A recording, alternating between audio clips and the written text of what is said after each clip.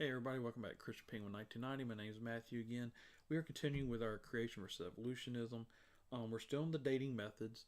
Like I said last time, I do apologize again for not posting for a while, but I wanted to make sure I get rid of this coughing and everything so I wouldn't have to constantly cut the coughing out of the videos, which would make it seem like I was editing stuff out.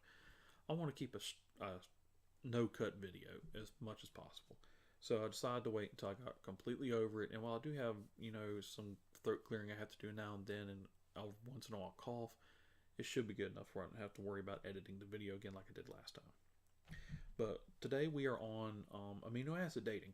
Now, amino acid dating, the original one, was started in. Sorry, I'm just, of course, looking at my notes here. Was started by Philip Abelson back in 1955. And immediately people jumped on it. It's a great dating method. It's good to use, so on. So first, let's go over it. Because there's a wide variation in decomposition time among the different plant and animal species, researchers have stated that based on the comparative decomposition, there can only be yielded broad ranges of the ages among fossils or whatever. So right off the bat, you have researchers that are jumping on it, but they notice a small problem. There's varying decompositions of different amino acids. So that would cause a broad range of ages. So they're saying, well, if they have different varying rates, what if one, and what they mean by broad range of ages is this. Well, this amino acid decay rate shows that the specimen is only a few thousand years old. Well, this one shows that it's 100,000 years old, and so on. And in just one specimen, they'll have a varying range of dates depending on which amino acid they date. That's what they're talking about. However, the researchers discovering traces of amino acids still existing all through the fossil strata, which is true, that it's existing everywhere, showing that none of the fossils are ancient. Now, I'll cover more in that in a later video because there's one with a bunch of information on fossil strata that I got to get through. And when I say that, what I usually do is I print off everything I can find, both sides, and it'll usually be like stacks like this that I have to go through, and then I try to break down the good part. Luckily, with amino acid dating, there's only like that much. So I was able to jam pack in just like 4 or 5 pages of the main highlights instead of just reading off all the stuff. But I will cover it more later in the video. But because the rapid decay and everything when it comes to amino acids, which I'll cover later, through temperature, water, contamination, and everything, it's easier to contaminate amino acids than anything else. But there's still, like I've done on the other videos, there's still contamination that happens. So I'll cover that in more detail later, but that's basically what they're getting at. The fact that you even have amino acids to date is showing that dinosaurs and other fossils are not millions and millions of years old like they're saying. Racemization, it's, I forgot what else I put it as. Let's see, excuse me. Let me find it. It's also nicknamed race mixture, like the left side and right side amino acids, or left hand, right hand, excuse me. It's a focus on, the racemization focuses a lot on glycine in some aspects, not all, but some. But that is its main one. Now, you have your left hand and you have your right hand amino acids. Left hand will be represented as L, which is scientific. The right hand is represented as D. So, turn the page here. Okay. Now, the left hand and right hand look almost exactly alike, except one has a protrusion, one has something else sticking out where you can kind of tell them apart. However, only L is found in animal tissue or living animal tissue. D is never found in living animal tissue. It doesn't occur until the animal dies, and then it starts decomposing, which I'll go over a little bit, and it goes, and the L's become D's. Okay. At death, just what I was just saying, L amino acids begin converting to D amino acids. This is random, and it actually, they've shown that the L's become D's, but then the D's will turn around and become L's again. So they'll go back and forth while it's decomposing. Scientists prefer race mixture or racemization to amino acid decomposition because race mixture is faster and less expensive. So in other words, it's cheaper, and it's faster and cheaper.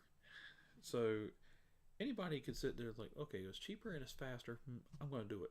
So that's what I wouldn't blame anybody for doing something that's faster and cheaper, especially when it comes to science, because there's a lot of stuff they do that it could cost hundreds of thousands of dollars every time they do it. So to find something that's cheaper, I applaud anybody that does that. It doesn't matter which side, creation or evolution, you're on. Now, as always, we're going to cover some of the problems with this that need to be answered. And some of them are formed as a question, others I'll just give a broad statement. But there's at least 10 that I was able to find throughout everything. Number one, surrounding water concentration. Now, which I'll cover briefly again later on, but the water itself can cause contaminants to go in and out of the specimen. So let's say the specimen dies and it rains, causing a small flood in the area or whatever, and water rushes all over the place, moving strata, moving rocks. And I'm not talking about like the flood of Noah, that'll be a completely video by itself. But just a small area, like let's say it dies on the bank of a river and it causes the river to rise, and the water, while it's decomposing, goes in and out. Well, it's going to remove some of the amino acids, but at the same time, it's going to add contamination. So that's what they're talking about, the surrounding water concentration, how much water is around it. Number two, what amount of acidity or alkalinity has been nearby? And again, I'm actually going to answer that one a little bit later, but a brief summary, I guess you could say, is that it can change the rate drastically. Let's see. Yeah, I've actually got it. It's briefly mentioned, but I'll go ahead and mention now, so I don't have to do it later. But like with alkalinity, if the pH is higher, it cuts the amount of time for racemization to occur, like drastically, to a fraction of the time it would take. So where it might take this time, you add high pH, it takes that much time. So that's what they're saying there. The varying temperature. Now again, I'll cover this one greater detail, but they've shown that just 1 degree temperature can vastly affect it. It will drastically change how fast it does this. Has there been any contact with clay? And the reason that was brought up, from what I've read about it, was that clay is a major absorbent. It absorbs stuff quickly. So if, let's say, the animal had exposed side, like you could see the ribs, you could see the intestines, the internal organs, and so on, and clay washed over it real quick, well, the clay could absorb some of the amino acids, which would change the dating. Because not all of them are there, so you think there's less when there actually was more, and the clay just took it. Let's see. Could aldehydes or metal ions have contacted the sample? That one it came up only like briefly, and it was really kind of hard to tell, but it was something to where it would basically change, of course, the decomposition rate and everything by absorbing some of the acids and so on. And that was not really talked about. It was just briefly mentioned somewhere. What buffer compounds have contacted the specimen? That kind of goes hand in hand with number 5. What degree was the specimen isolated? In other words, to what degree was it safe from contamination? If it was totally safe, like saying a block of ice, well, it's not totally safe because in a minute we'll go to moisture. When ice melts, it causes moisture and so on. But it would keep us safe from the other stuff like clay and whatever. If isolated, what was the... I can't even read my own writing. What was the thelication? I don't have my book with me. Crap.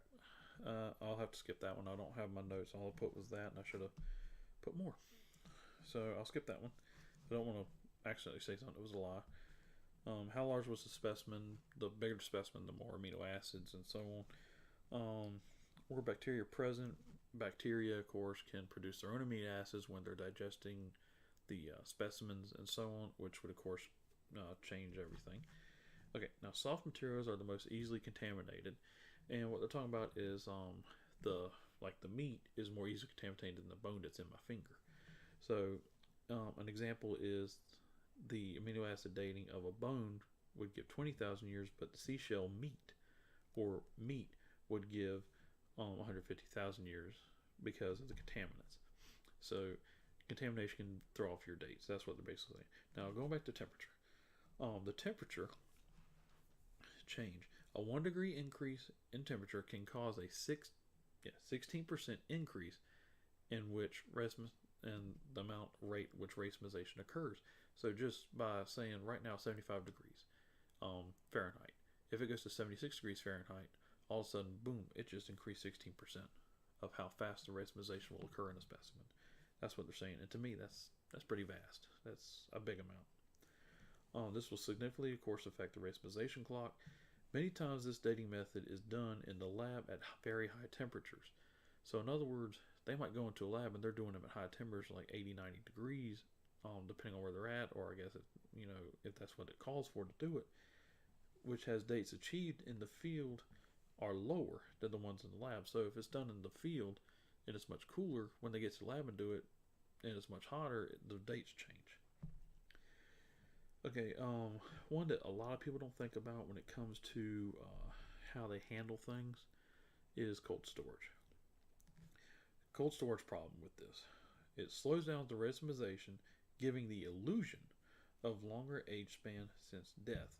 The Ice Age would cause this after the flood, and this one we'll touch on briefly, but I do have a flood series planned later to just cover it. But the basic gist of it is that right after the flood, it would cause such temperature changes to where the earth in certain areas would start to freeze over, which would of course allow animals to walk onto the different continents that are now separated and spread out because of the water that's between them, and so on. And even in Job, it talks about people being able to walk on water as if it's like cement or ice. And so the Ice Age came right after the flood, which of course this would affect it. The moisture problem, moisture flowing in and out of the specimen brings the contaminations with it, and of course it adds and removes the acids. Let's see.